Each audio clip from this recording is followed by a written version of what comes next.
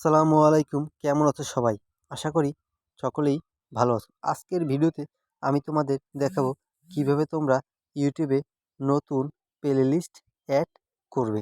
তো নতুন playlist add করার আগে তোমাদের একটি গুরুত্বপূর্ণ কথা বলে রাখি, সেটি হচ্ছে প্লেলিস্টের সুবিধাটা হচ্ছে যদি কোনো ভিডিওকে তুমি কোনো প্লেলিস্টের অন্তর্ভুক্ত করো, তাহলে ওই ভিডিওটি বা ওই প্লেলিস্টের অন্তর্ভুক্ত যতগুলো ভিডিও আছে প্রত্যেকটি ভিডিওই ইউটিউবে আপলোড হওয়ার পর যে কোনো একটি ভিডিও যদি কোনো ভিউয়ার দেখে, তাহলে ওই প্লেলিস্টের অন্তর্ভুক্ত সকল ভিডিও পরপর চলে আসবে।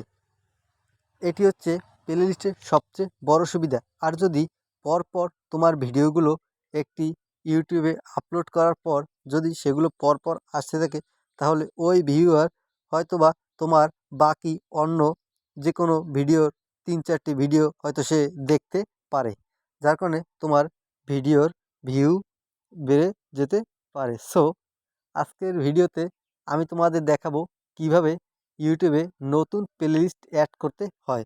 সো প্রথমে তোমাদের চলে যেতে হবে ইউটিউব অ্যাপসে। তো এখানে আমার ইউটিউব অ্যাপস বাদেও অনেক অ্যাপস আছে। সো আমি ইউটিউব অ্যাপসে চলে যাই। ইউটিউব অ্যাপসে আসার পর তোমাদের এখানে লাইব্রেরিতে ক্লিক করতে হবে।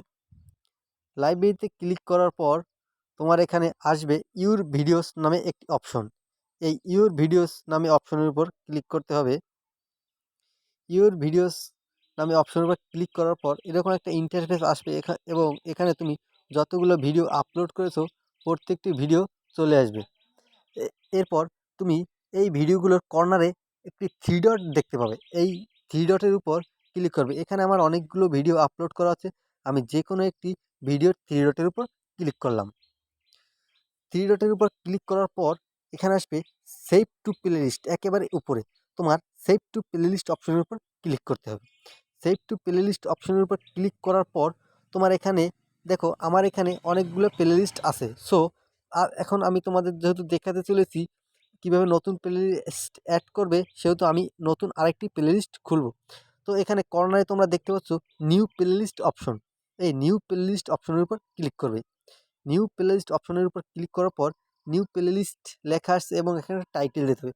মনে করো আমি এখানে একটি টাইটেল দিলাম টলিউড, TOLLYWD,